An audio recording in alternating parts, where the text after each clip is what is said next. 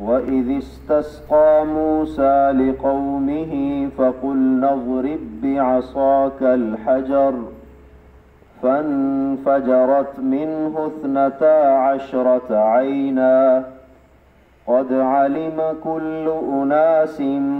مشربهم كلوا واشربوا من رزق الله ولا تعثوا في الأرض مفسدين وإذ قلتم يا موسى لن نصبر على طعام واحد فادع لنا ربك يخرج لنا مما تنبت الأرض من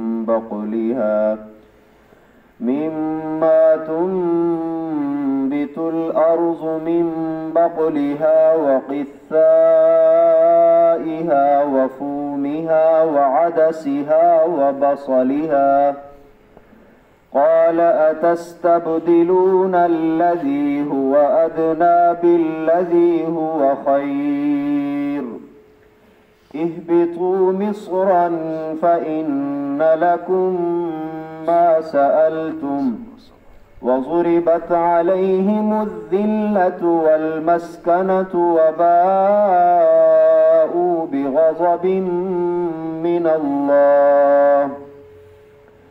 ذلك بأنهم كانوا يكفرون بآيات الله ويقتلون النبيين بغير الحق ذلك بما عصوا وكانوا يعتدون إن الذين آمنوا والذين هادوا والنصارى والصابئين من آمن بالله واليوم الآخر وعمل صالحا فلهم أجرهم عند ربهم ولا خوف عليهم ولا هم يحزنون وإذ أخذنا ميثاقكم ورفعنا فوقكم الطور خذوا ما آتيناكم بقوة واذكروا ما فيه لعلكم تتقون ثم توليتم من بعد ذلك فلولا فضل الله عليكم ورحمته لكنتم من الخاسرين ولقد علمتم الذين اعتدوا منكم في السبت فقلنا لهم كونوا قردة خاسئين فجعلناها نكالا لما بين يديها وما خلفها وموعظة للمتقين وإذ قال موسى لقومه إن الله يأمركم أن تذبحوا بقرة قالوا أتتخذنا هزوا قال أعوذ بالله أن تكون من الجاهلين قالوا ادع لنا ربك يبين لنا ما هي قال إنه يقول إنها بقرة لا فارض ولا بكر عوان بين ذلك فافعلوا ما تؤمرون قالوا ادع لنا ربك يبين لنا ما لونها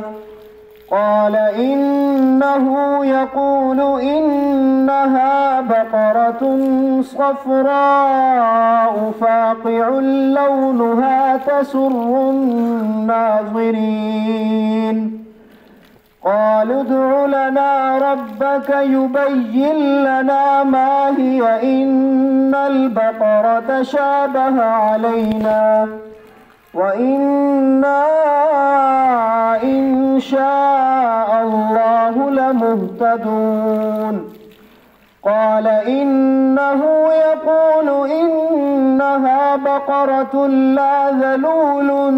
تثير الأرض ولا تسقي الحرث مسلمة لا شية فيها.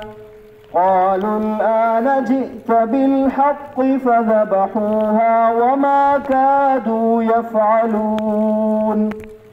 وإذ قتلتم نفسا فادارأتم فيها والله مخرج ما كنتم تكتمون. فقلنا اضربوه ببعضها كذلك يحيي الله الموتى ويريكم آياته لعلكم تعقلون. ثم قست قلوبكم من بعد ذلك فهي كالحجارة أو أشد قسوة. وإن من الحجارة لما يتفجر منه الأنهار وإن منها لما يشقق فيخرج منه الماء وإن منها لما يهبط من خشية الله وما الله بغافل عما تعملون.